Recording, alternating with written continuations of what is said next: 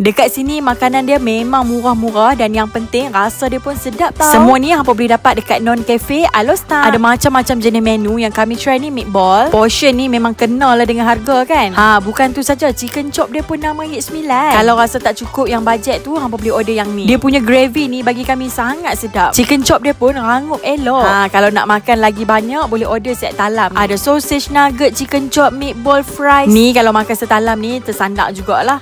Untuk spaghetti ni dia dah olah kena dengan tekak Melayu. Asam-asam bolognese tu sedap. Paling kami suka yang carbonara ni. Chicken grill dia serius sedap. Makan pula dengan carbonara dia yang creamy, memang sedap lah. Kalau hampa nak yang pedas sikit, boleh try dia punya aglio olio ni. Untuk teh tarik lava dia ni pekat, lemak, manis, cukup rasa. Ice blended coffee dia ni smooth je. Anak menakan cakap ice blended yam ni macam makan ice cream. Mojito dia pun sangat refreshing. Dekat sini tempat makan dia sangat selesa. So sesuai lah kalau hampa nak ajak member ke, family ke, pakat-pakat mai kan. Kedai depa dekat Jalan Lencong Barat Alostar. So tunggu apa lagi, jangan lupa singgah.